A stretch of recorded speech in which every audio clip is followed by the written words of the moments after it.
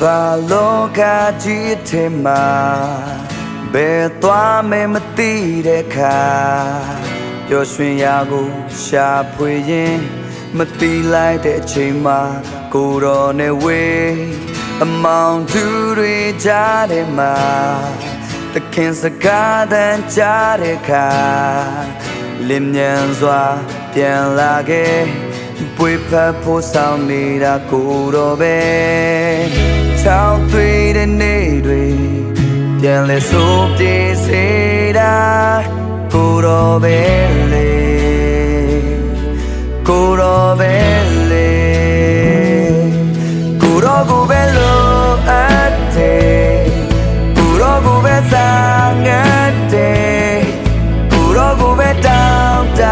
တယ်ကိုယ်တော်မရှိရင်ကျွန်တော်ဘဝလည်းမရှိပါကိုယ်တော်ကိုပဲလို့အပ်တယ်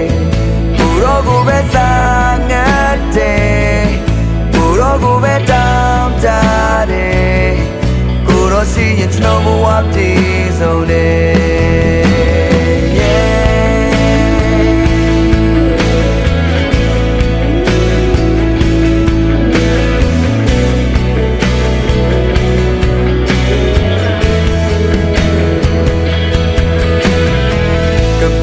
လောကကြီးထဲမှာ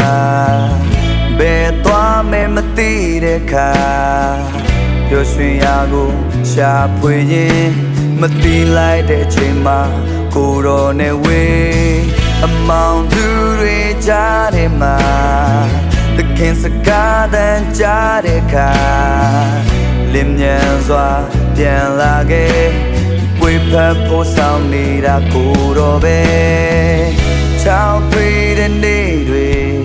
ပြန်လဲဆိုပြေးစေတာကိုယ်တော်ပဲလေကိုယ်တော်ပဲလေကိုယ်တော်ကိုပဲလို့အပ်တယ်ကိုယ်တော်ကိုပဲစားငတ်တယ်ကိုယ်တော်ကိုပဲတောင်းတတယ်ကိုယ်တော်ရှိရင်ကျွန်တော်ဘဝလည်းမရှိပါကိုယ်တော်ကိုပဲလို့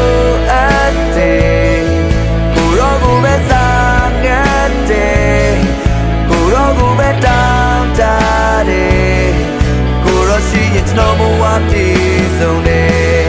ကိုယ်တော်ကိုပဲလို့အပ်တယ်ကိုယ်တော်ကိုပဲစားငတ်တယ်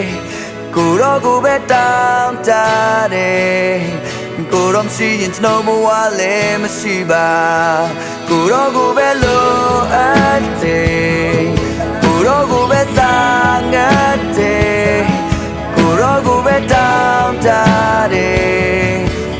ရှိရင်ကျွန်တော်ဘဝပြည့်စုံတယ်